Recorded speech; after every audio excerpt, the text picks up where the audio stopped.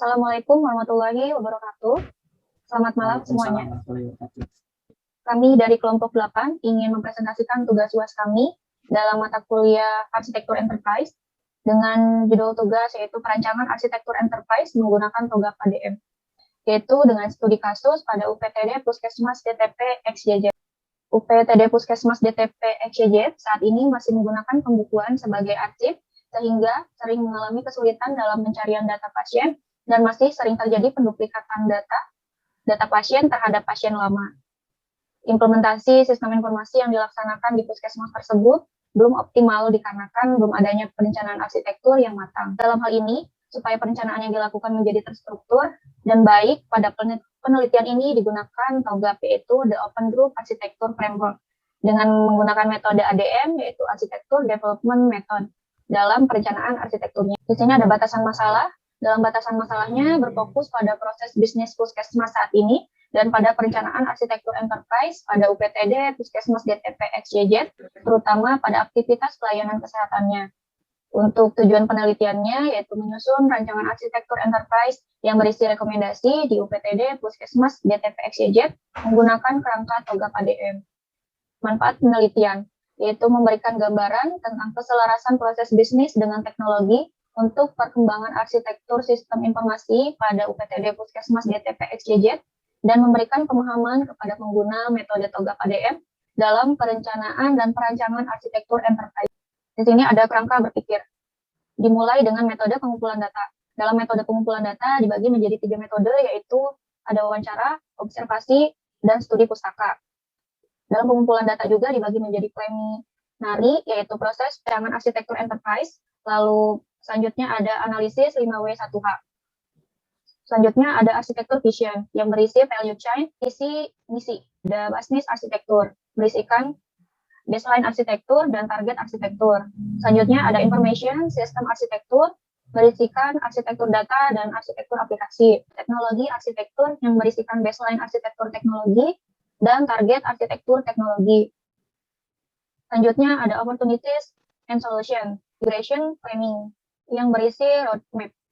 Dan TOGAP ADM ada requirement management yang berisikan yang pertama ada arsitektur vision, lalu ada business arsitektur, lalu ada information system arsitektur, lalu ada teknologi arsitektur, lalu output opportunities and solution, ada migration and planning, implementation governance, dan arsitektur change management. Analisis arsitektur bisnis. Di sini kita punya beberapa data. Yang pertama, ketika aktivitasnya saat ini adalah pendaftaran secara manual, maka rencana aktivitas yang akan dilakukan adalah pendaftaran secara tersistem. Kemudian analisis gapnya adalah replace atau merubah yang saat ini. Kemudian jika aktivitas saat ini itu masih si petugas masih membuat form rekam medis dan identitas pasien baru pada setiap pasien yang datang, rencana aktivitasnya tidak ada karena akan dihilangkan. Kemudian jika aktivitas saat ininya adalah petugas mencatat pasien umum atau asuransi, maka rencana aktivitas yang akan dilakukan ke depannya adalah mengecek pasien umum atau asuransi secara tersistem.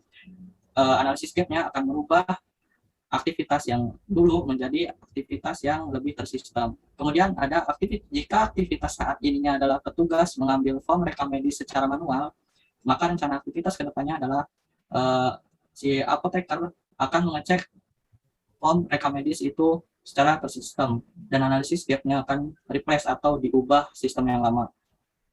Kemudian ada dokter melakukan tindakan medis, maka rencana kedepannya adalah dokter tetap melakukan tindakan medis tersebut karena dokter masih harus berhubungan langsung pada pasien dengan pasien, maka analisis gapnya merupakan retain. Kemudian aktivitas saat ininya, jika aktivitas saat ininya itu dokter mencatat rekam medis pasien, maka rencana aktivitas kedepannya adalah dokter menginput rekam medis pasien pada sistem. Analisis gapnya adalah merubah atau replace.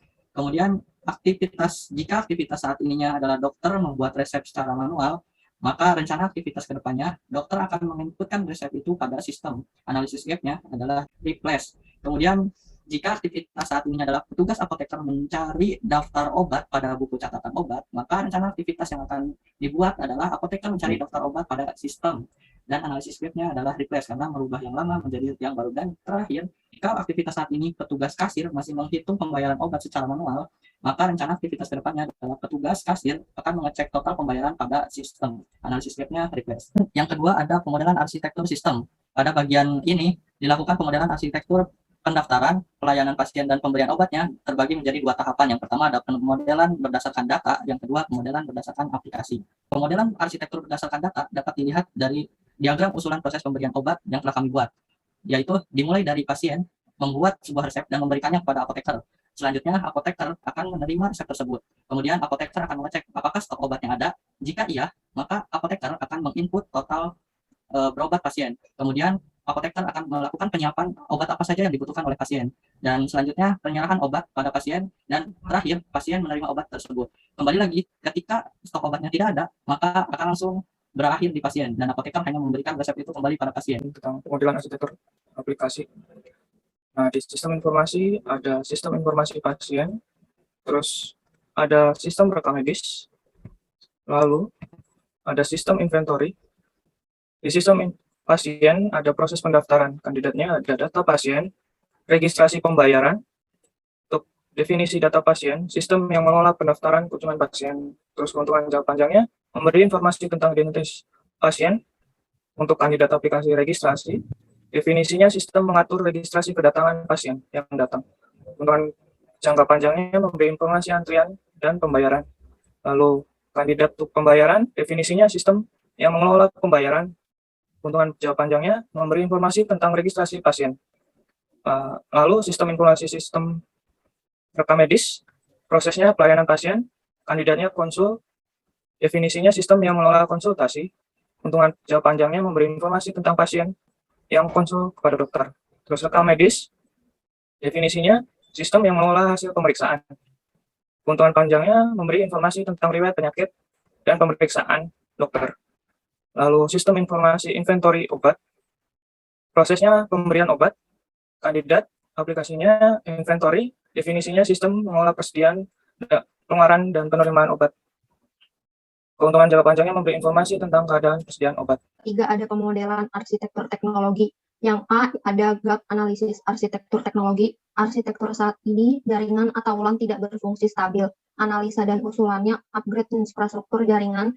Target TI-nya sudah tersedia jaringan LAN Gigabit Ethernet. Yang kedua, server tidak berfungsi dengan baik. Analisa dan usulannya pengadaan terbaru. Targetnya sudah tersedia komputer server seperti PC, HP, atau Acer dengan spesifikasi sesuai kebutuhan yang dapat mendukung akses dalam penggunaan aplikasi.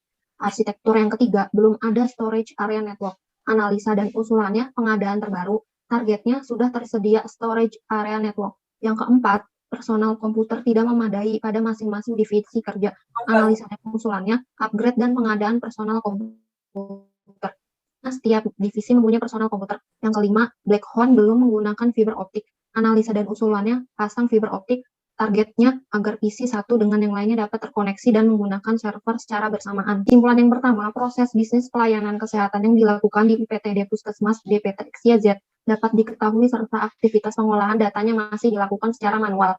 Yang kedua, sistem informasi dan teknologi yang ada dapat diidentifikasi serta dapat dimodelkan dengan merancang arsitektur sistem informasi puskesmas untuk dijadikan usulan dalam pengembangan di masa datang.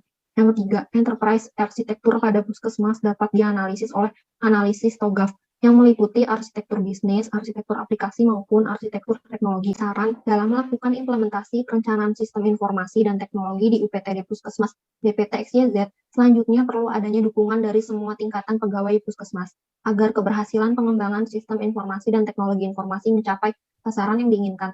Sosialisasi pengembangan sistem informasi harus dilakukan kepada setiap divisi organisasi, sehingga memberikan kontribusi yang sangat bermanfaat bagi proses pengembangan berikutnya.